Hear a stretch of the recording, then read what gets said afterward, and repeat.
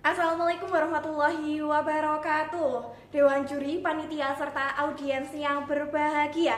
Perkenalkan saya, Rora Adiviana, selaku peserta Lomba Debat Bahasa Indonesia SMA Awards 2025 dari SMAS Muhammadiyah 2 Genteng. Saya dari tim Pro, marilah kita tingkatkan esensi perdebatan satu tingkat lebih tinggi untuk mendukung mosi pendidikan klasik adalah model terbaik untuk sekolah menengah. Mengapa? Karena pendidikan klasik terbukti memberikan dasar akademik yang kuat, membentuk disiplin, serta menghasilkan prestasi akademik yang lebih tinggi. Sebelumnya, izinkan saya membidas beberapa argumentasi. Argumentasi pertama saya adalah pendidikan klasik membangun fondasi akademik yang kokoh. Pendidikan klasik menekankan penguasaan mata pelajaran inti secara sistematis dan mendalam. Data dari Kemendikbudristek tahun 2022 menunjukkan bahwa 70% siswa SMA di Indonesia masih kesulitan dalam literasi numerasi. Jika dasar seperti matematika dan literasi belum kuat, bagaimana mungkin siswa bisa masuk ke tahap berpikir kritis yang ditawarkan pendidikan progresif? Negara-negara yang masih menekankan pendidikan klasik terbukti unggul.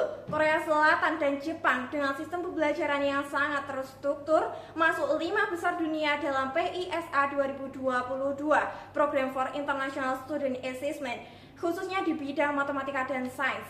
Ini bukti nyata bahwa sistem klasik efektif dalam meningkatkan kompetensi akademik dasar. Argumentasi saya yang kedua adalah pendidikan klasik menanamkan disiplin dan daya tahan pelajar. Salah satu kelemahan pendidikan progresif adalah terlalu longgar, sehingga siswa mudah kehilangan arah.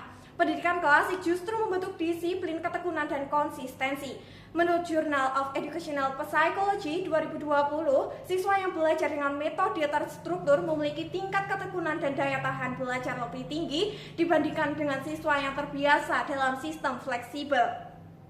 Dalam konteks Indonesia, disiplin adalah kunci. Survei UNICEF 2022 menemukan bahwa hanya 1 dari 3 siswa SMA di Indonesia yang memiliki rutinitas belajar harian di rumah. Artinya, siswa kita masih membutuhkan kerangka disiplin yang jelas, bukan kebebasan penuh. Argumentasi yang saya berikutnya adalah pendidikan klasik lebih efektif menghadapi ujian standar dan seleksi masuk perguruan tinggi. Realitas pendidikan Indonesia masih menempatkan ujian sebagai gerbang utama.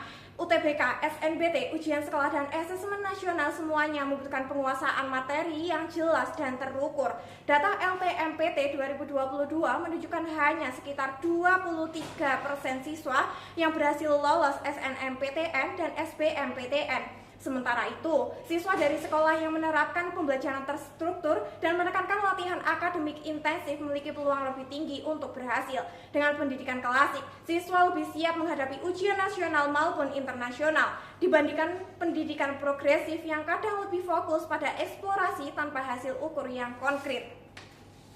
Tim kontra mungkin mengatakan bahwa pendidikan progresif lebih relevan untuk abad ke-21 karena mengatakan kolaborasi dan kreativitas. Namun, mari kita jujur, tanpa fondasi akademik yang kuat, kreativitas hanya akan menjadi imajinasi kosong. Bagaimana seorang siswa bisa meneliti energi terbarukan jika ia bahkan belum menguasai dasar fisika? Bagaimana siswa bisa berdebat tentang isu global jika literasinya rendah?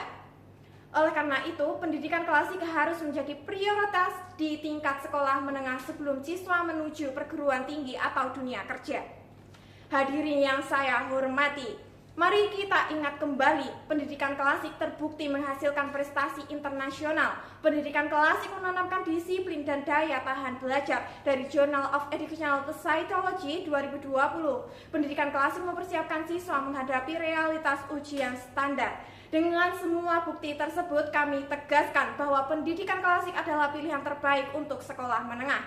Fondasi ilmu yang kokoh lebih berharga daripada bangunan kreativitas yang rapuh. Sekian dari tim Pro, terima kasih. Wassalamualaikum warahmatullahi wabarakatuh.